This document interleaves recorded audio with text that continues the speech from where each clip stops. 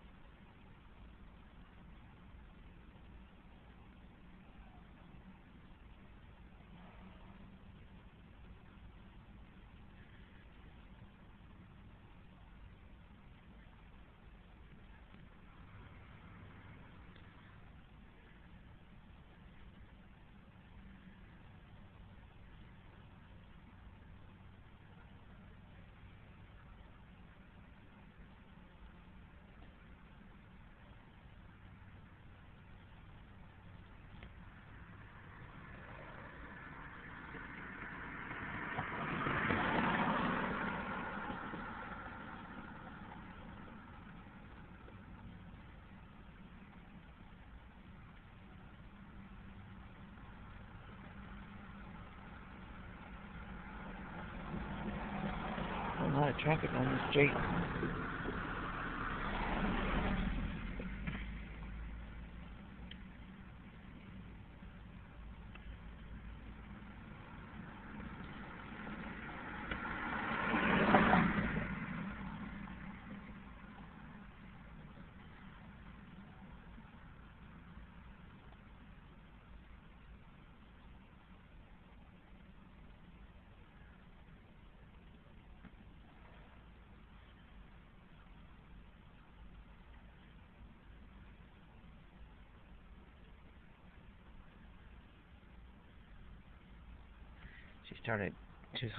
She put the phone up to her, and she was holding the phone, and she took 3 or 4 steps towards her vehicle, turned back and looked at me, and started talking into her phone.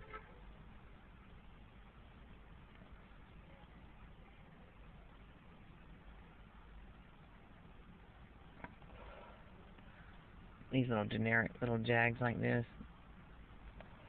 I've been through them in places where I work and stuff. As soon as I get up and leave, they immediately end their phone call. And now she just started walking in the other direction when I started my engine. I don't know her. I've never met her. She's a slightly plump redhead, fair skin, hair parted left to right.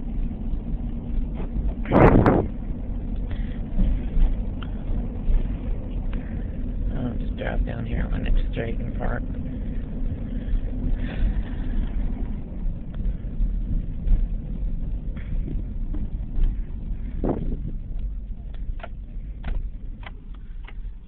Jacob worries so much about money, us not having any, that he doesn't like for me to spend any money on him to buy food for him to eat.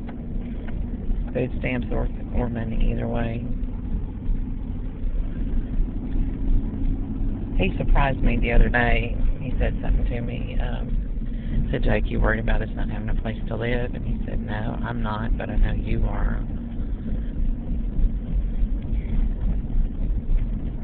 He's very perceptive. He sees all this kind of stuff going on. He's very sure of himself, and he just doesn't. He's a child trying to deal with those kinds of things he shouldn't have to deal with. But he's, older now. When these people would walk up to us the way they did, Jake would just beg me,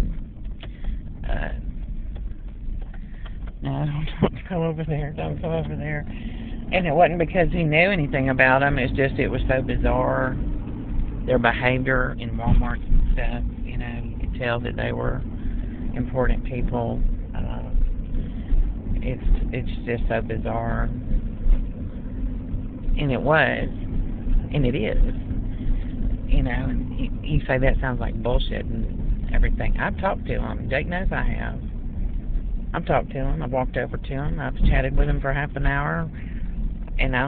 We get nothing but conversation about the weather. Excuse the fuck out of me. Oh, that's pretty. That's really pretty there. They did a nice job on their lights. I always wanted to decorate my house with lots and lots of Christmas lights. Jake probably remembers that when he was little. I put up some decoration that I could afford. I'm just gonna sit right here. There's Johnny's picture right there in the library on the left. It is probably about 6:40. So I'm across from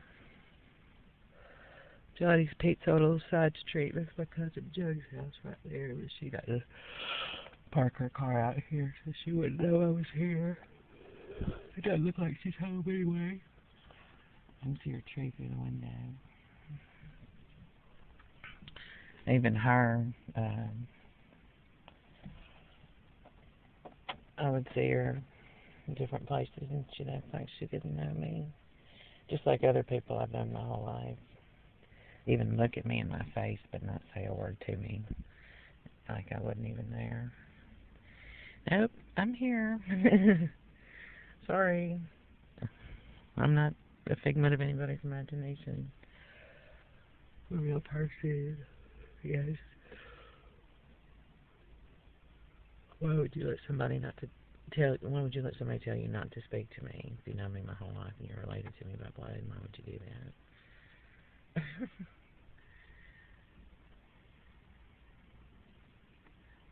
It's a free country, isn't it? And we all have the freedom to speak to whoever we like. Why would you let somebody tell you not to speak to me? And wouldn't that offend anybody? Wouldn't you be offended by that? If your aunt or cousin or somebody walked by you, looked you in the face, and just didn't speak to you, what would that tell you? They don't want to talk to you. And they, would show up in places like that, like with Perry and stuff.